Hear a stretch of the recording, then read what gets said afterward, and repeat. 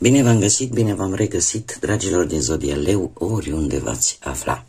Suntem împreună la o nouă lectură pentru prima săptămână a lunii decembrie, săptămâna cuprinsă între 1 și 7 decembrie acestui an.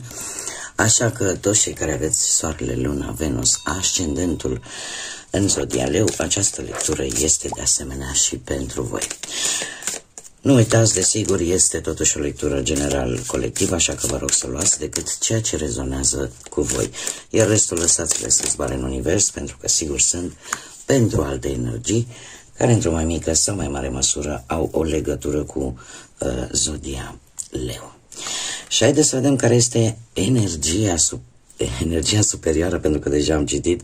Energia voastră, dragilor, în această săptămână este o energie care aduce o putere superioară, da? Avem numărul 4, numărul 4 care este într-adevăr atât feminin cât și masculin. Avem, cum să spun eu, un arhetip familial, acel lider, acel protector, acel furnizor de resurse. Se pare că sunteți într-o energie a ordinii, a stabilității, a siguranței, dar în același timp și a responsabilității. Sunteți mult mai analitici, poate că încercați să fiți mult mai controlați în anumite aspecte din viață, mult mai practici și hotărâți să obțineți ceea ce voi vă doriți. De asemenea, apare un pic și necesitatea să faceți, să aranjați lucrurile, să aranjați situațiile, să faceți un pic de ordine, ca să zic așa, într-o anumită ramură a vieții voastre. Și asta se pare că este sprijinită și de o putere superioară. Sau pur și simplu voi vă regăsiți acea putere superioară care să vă ajute să aduceți anumite puncte din viața voastră de la faza de instabilitate la faza de stabilitate. Este un semn bun. Este un semn bun pentru cei care poate își puneau întrebarea dacă au luat-o pe drumul care trebuie sau nu. Și se pare că energia voastră este una care vă îndreaptă către direcția bună. Haideți să vedem ce ne spune și tarotul, ce vine pentru dragii mei din Leu în săptămâna 1-7 decembrie. Atât pe plan profesional, financiar sau sentimental.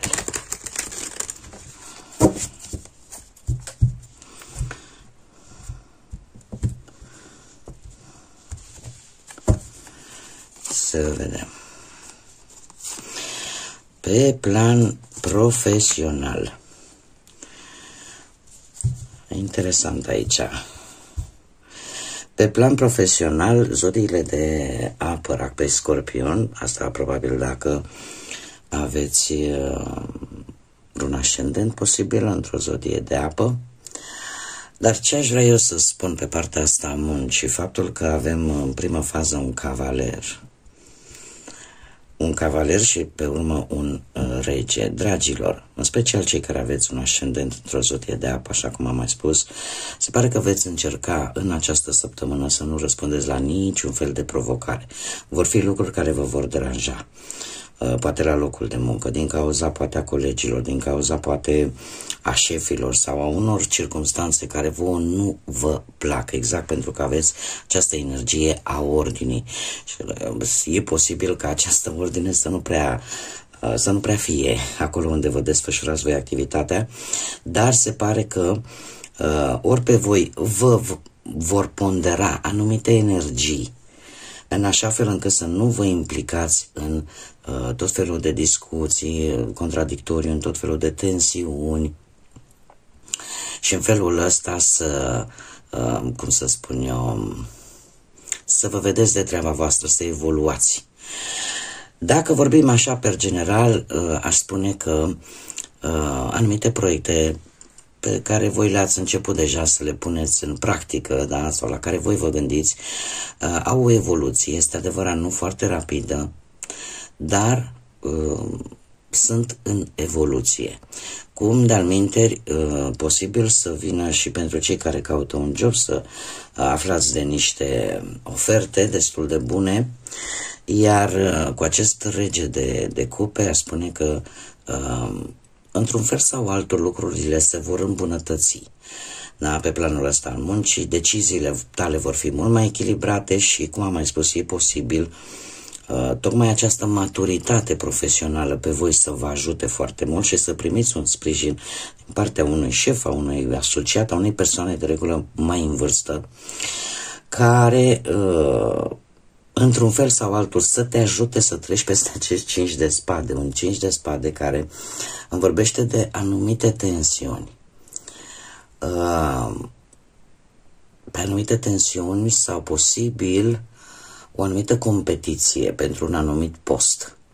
Dar dacă voi sunteți stăpâni pe ceea ce știți să faceți, atunci acest lucru oricum, cum să zic eu, într-un fel sau altul, e sfătuit să nu participi la toate aceste tensiuni. Da? Dacă vorbim de tensiuni, de conflicte la locul de muncă. Dar dacă vorbim de o competiție, atâta timp cât voi știți să faceți, dați dovadă de această maturitate profesională, lucrurile nu au cum să nu meargă bine. Mergem mai departe. Haideți să vedem pe partea cu bănuții.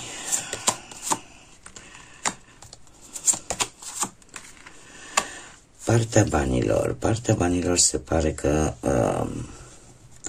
avem Marea Preoteasă. Marea Preoteasă îmi spune că, în general, ne vorbește de o anumită reușită. De o anumită reușită, dar care depinde foarte mult de o informație pe care tu e posibil să nu o cunoști. Eu aș zice că, din punctul ăsta de vedere al banilor, mai ales că avem și un 8 de monede aici, aș zice că sunteți într-o fază în care ați putea să primiți niște bani.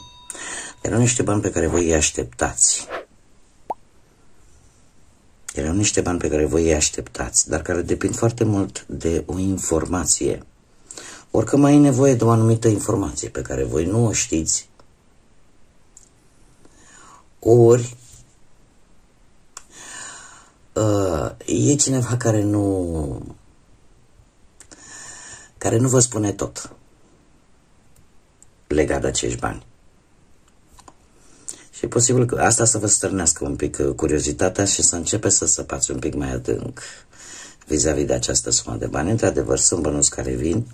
Avem și un cavaler de bute care, desigur, vă poate reprezenta foarte bine pe voi,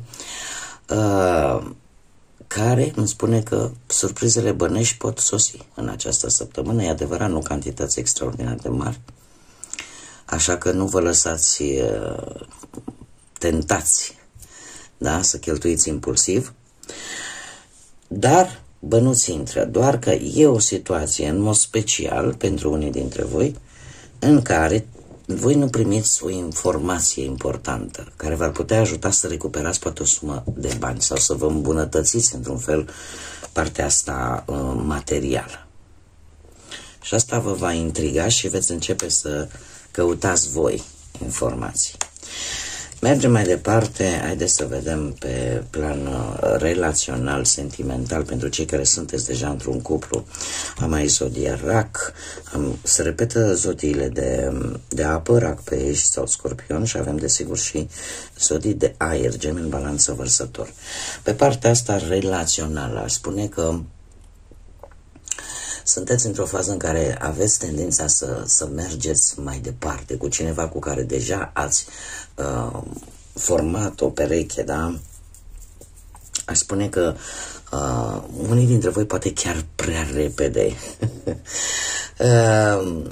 Adică dorința este mult prea mare, hotărârea parcă este mult prea mare. Eu aș spune că sunteți într-o perioadă în care Pe de o parte, sunteți hotărâți, vreți să continuați așa cum ați început cu relația în care sunteți, știți încotro vă îndreptați, aveți această siguranță, vreți să avansați în relația actuală. Și eu zice că e și un pic de responsabilitate aici. Adică vă asumați anumite responsabilități. Ce este interesant cu acest paș de cupe? E posibil să aveți un comportament ușor copilăresc în această săptămână. Dar nu neapărat să fiți mai supărăcioși, să fiți mai, cum să zic eu, mai romantici, da? O atitudine așa, o deschidere emoțională care să fie ușor copilăroasă, adolescentină, ca să zic așa. Totuși acest paș de spade, dați-vă un pic de spațiu în această săptămână, dragilor. Tind să cred că graba strică treaba. Se vede aici că voi vreți să urgentați ceva legat de relația voastră sau un plan făcut împreună cu perechea voastră. Și comportamentul ăsta ușor copilăresc așa poate crea anumite disensiuni. De ce? Pentru că poate crea anumite conflicte ușoare, acum nu vă gândiți că cine știe ce se întâmplă. Dar se cere un pic de răbdare. Nu știu, e ceva aici pe care voi vreți cu tot din adinsul să-l grăbiți. De asta zic, ori că e un plan în comun, ori că e ceva, voi vreți să avansați mult mai repede în relație, da? Poate deja să o oficializați. Și lucrul ăsta te poate transforma, mai ales cei care aveți, cum am mai spus, un ascendent, lună, Venus, poate chiar în zodii de apă, Rac, Pești sau Scorpion. Și e posibil să vă mai necăjiți, să vă supărați foarte ușor, adică să fiți un pic mai sensibil la anumite discuții pe care le-ați putea avea, care implicit odată ce e ca și cum ai zice, te super din orice.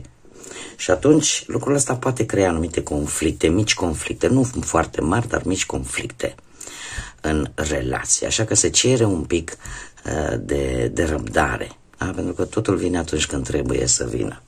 Să nu vă grăbiți pentru a evita posibil aceste mici neînțelegeri.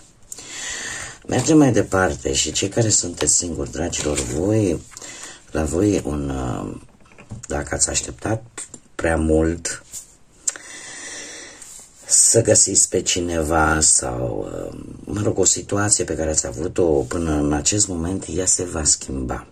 Și din câte văd eu aici, se schimbă într-o manieră cu pusnicul, nu știu dacă zodia Fecioară vă spune ceva, dar se schimbă într-o manieră destul de, cred că de dură, aș putea să zic. De ce? Pentru că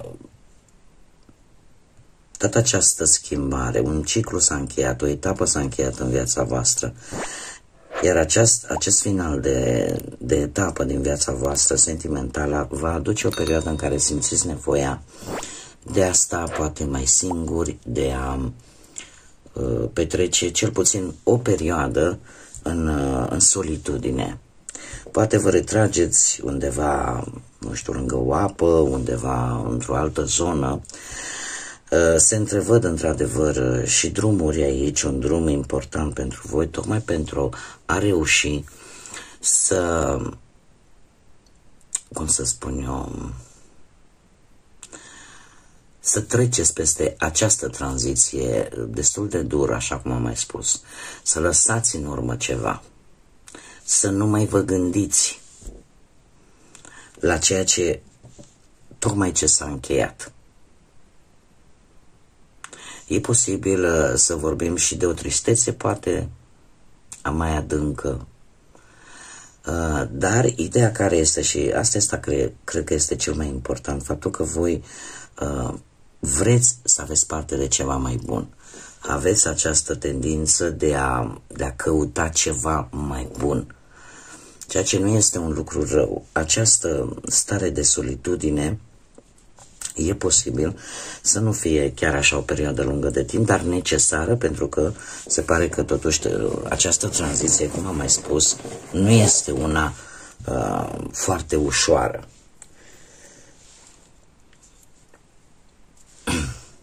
Nu este una foarte ușoară și eu aș spune că tocmai pentru a ieși din această situație complicată ai nevoie de o călătorie. Și asta poate pentru a-ți limpezi mintea, pentru a reuși, cum să spun eu, să schimbi ceva, să lași în urmă ceea ce tocmai s-a încheiat. Haideți să vedem acum și ce mesaj are grădina magică pentru voi, dragilor, din Leu. Tocmai de aceea îmi apare și această putere superioară, care probabil vă va ghida în această săptămână.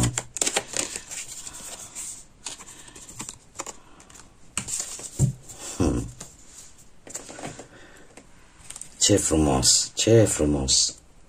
Avem retragere, da, exact ce vorbeam apropo de cartea Puznicul. Nu știu dacă am spus, avem zodia Fecioară pentru cei singuri aici, poate aveți lună Venus sau ascendentul în Fecioară, cu atât mai mult, dacă nu, probabil că această zodie vă spune ceva. Și spune așa: niciodată să nu subestimezi puterea vindecării pe care o aduce un moment liniștit. Este exact ceea ce vă trebuie, cel puțin în această lectură, pentru cei care ați rezonat cu ea. Așa că nu trebuie subestimat atunci când suntem liniștiți, atunci când ne găsim acel loc în care să ne regăsim pe noi, să ne regăsim liniștea din interior, pentru că de aici pleacă totul. Așa că nu ezitați în această săptămână, dacă ați rezonat cu această lectură, să vă faceți timp pentru voi, pentru a vă recupera liniștea internă. Bun, dragilor, cam atât am avut de data aceasta pentru prima săptămână din decembrie. Pentru toți cei care pe 6 decembrie vă celebrați ziua de nume, aveți o legătură cu Sfântul Nicolae, un la mulți ani și, desigur, pentru toată lumea, sper ca Moș Nicolae, da, să vă aducă în această săptămână, să vă aducă multă căldură în ghete, să vă aducă liniște în primul și în primul rând, să vă aducă lumină, să vă aducă acea energie pozitivă de care cu toții avem nevoie până la urmă, mai ales în această lună minunată de sfârșit de an. Până data viitoare, când ne vom reîntâlni la o nouă lectură, eu vă doresc tot binele din lume, multă energie pozitivă și, desigur, să fiți iubiți, dragilor.